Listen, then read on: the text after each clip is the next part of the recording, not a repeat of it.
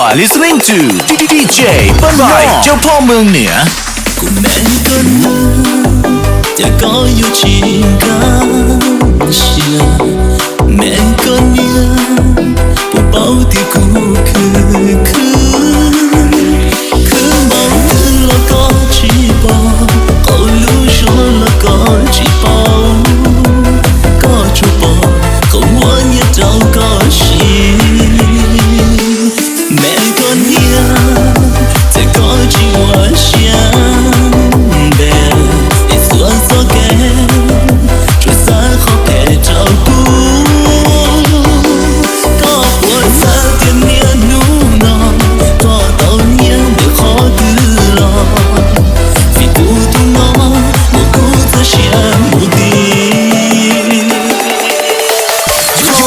Listening to DJ BanNok chỉ sai nhớ sẽ vì Chúa trong con trẻ cũng tung nhớ chán đã có yêu chuyện ngã xiang đã cũng ngắm buồn khó thương cho gió muốn tia kể khứ chỉ nhớ tôi cho nhớ tôi sẽ có chuyện ngủ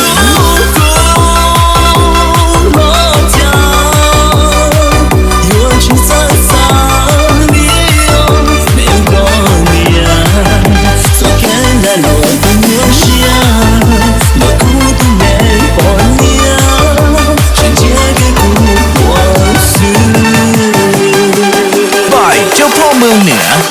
Are you ready?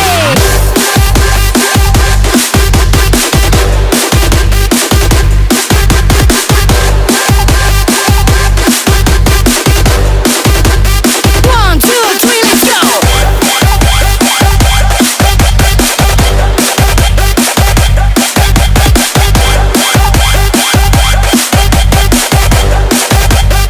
One, two, three, let's go!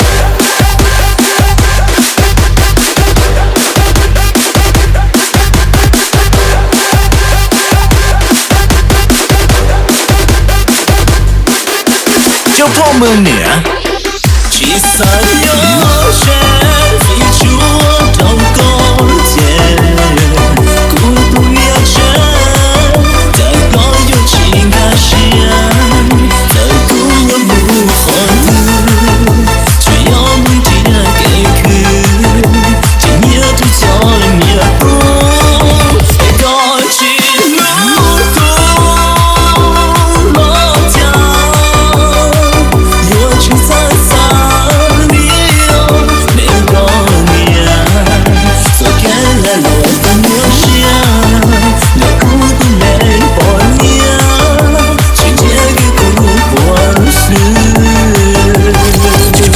Listening to DJ BanNok con nhớ để có cô yêu bao tiền cùng mua xin cho gió trời kẻ nhòa xia mua tên trâu là nỗi bóng ta chỉ bỏ cả yêu hoa ly trà để theo chỉ xa lời nói mua xia con chia cùng đây con nhớ by เจ้าพ่อเมืองเหนือ Are